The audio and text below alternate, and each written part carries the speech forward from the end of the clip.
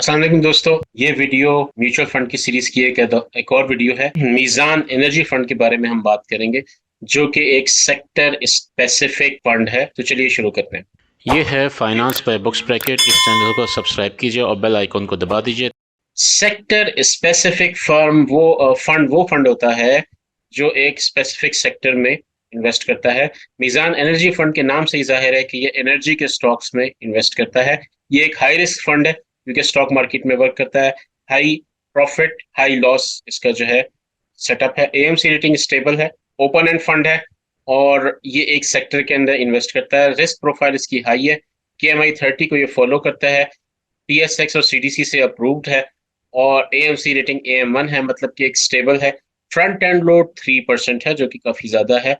Back and load इसका कोई नहीं है, मतलब आप किसी वक्त निकाल सकते हैं। लेवरेज इसकी नहीं है। मैनेजमेंट फीस 3% है, जो कि ज्यादा है बाकी फंड्स की निस्बत। तो इसकी जो एक्सपेंस रेशो बनती है वो 4.83 बनती है। हमने पिछली वीडियोस में देखा कि इंडेक्स फंड और बाकी फंड की 4 तक आती थी, इसकी 4.83 है। तो मतलब कि 1 लाख के ऊपर अराउंड 483 मतलब 4,830 रुपए आपकी डिडक्शन होगी 1 लाख के ऊपर 1 साल की। इसकी परफॉर्मेंस देख लेते हैं। बेंचमार्क से इसने लो परफॉर्म किया है, काफी ज्यादा लो परफॉर्म किया है। MEF मीज़ान एनर्जी फंड -2% पे रिटर्न दे रहा है 2023 में, जबकि इसका बेंचमार्क 2.88% है। 2022 में -8% था।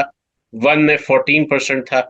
तो इसी तरीके से ये हाई रिस्क हाई जो स्टॉक का फंड है। इसके बेनिफिट के अंदर उन्होंने बताया हुआ है कि ये सी पैक प्रोजेक्ट को जो है फॉलो करता है। सी पैक का जो एक्चुअल जो कंसंट्रेशन थी, जो फोकस था, वो एनर्जी प्रोजेक्ट्स थे। तो इसलिए अगर सी पैक अच्छा चलता है तो आप इसको देखेंगे, इसकी परफॉर्मेंस भी बेहतर होगी। तो इसी हिसाब से आप इसके अंदर जो है इन्वेस्ट करेंगे। इनकी टॉप 10 होल्डिंग्स जो हैं उसमें सारी की सारी एनर्जी की, माड़ी पेट्रोलियम की आप देख रहे हैं सबसे हाई होल्डिंग है। और आपने अगर मेरी पिछली वीडियोस देखी है तो उसमें माड़ी पेट्रोलियम हर फंड ने लिया हुआ है अच्छी खासी तादाद में। हाईएस्ट जो एलोकेशन है माड़ी पेट्रोलियम की है। इसी तरह सेक्टर एलोकेशन में ऑयल गैस मार्केटिंग कंपनी 15% है। ऑयल गैस एक्सप्लोरेशन 61% तक है। रिफाइनरी 2% है। पावर डिस्ट्रीब्यूशन 15% है। तो दोस्तों, ये थी इस फंड की थोड़ी सी डिटेल। हाई अगर आप एनर्जी के अंदर इन्वेस्ट करना चाहते हैं और हलाल प्रॉफिट कमाना चाहते हैं तो ये एक एनर्जी फंड है, आप इसके अंदर इन्वेस्ट कर सकते हैं। लेकिन रिकमेंडेशन नहीं है। क्यों? क्योंकि इस टाइम इसकी जो वैल्यू है बहुत लो है, बहुत नेगेटिव जा रहा है। लेकिन आपको पता होना चाहिए कि कौन कौन से फंड पाकिस्तान में अवेलेबल हैं कि फ्यूचर में आप किस फंड के अंदर इन्वेस्ट कर सके। अगर CPEC जो है वो फुल फ्लैश पे जाता है, अगर किसी तरह PLMN की हुकूमत आती है, तो उम्मीद है कि ये फंड बेहतर चलेगा क्योंकि वो CPEC की हामी है। और अगर PTI की आती है तो उसमें इस फंड के चलने के चांसेस कम है क्योंकि इन्होंने CPEC को फॉलो किया हुआ। तो it's not a political concern. ये इन वीडियोज में पॉलिटिकल मेरा कोई पॉइंट ऑफ व्यू इस बारे में नहीं है।